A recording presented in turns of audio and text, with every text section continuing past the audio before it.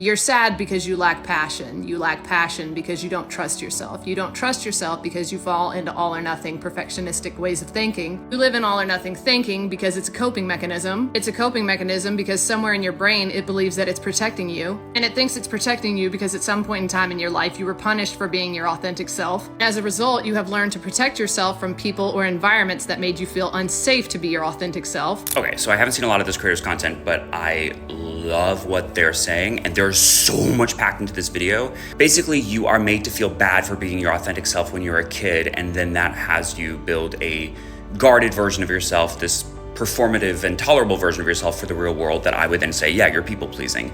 Now, I don't think you even understand what authentic means, especially when you're a kid, but also you don't even really know right now because you're like, well, it's when I be myself, right?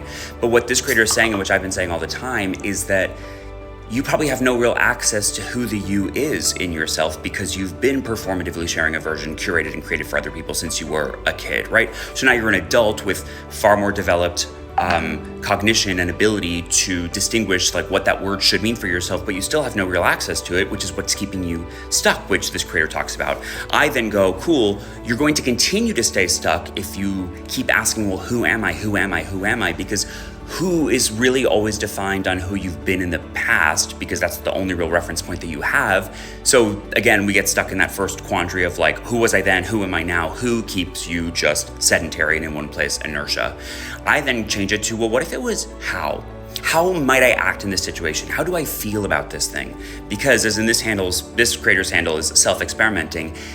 The how allows you to step into this being of yourself as if it was a verb. That's why I really like human as a verb. To human is to live with some semblance of reckless abandon, which is absolutely going to be plainly visible for other people to see. And yes, some bitches might judge, but the point here is that fear of judgment, the thing that literally changed you when you were 6, isn't the thing that's actually keeping you stuck anymore, right? You're going to pursue your fucking goals and your fucking dreams with whatever purpose you feel guided by, despite what anybody else might think or say.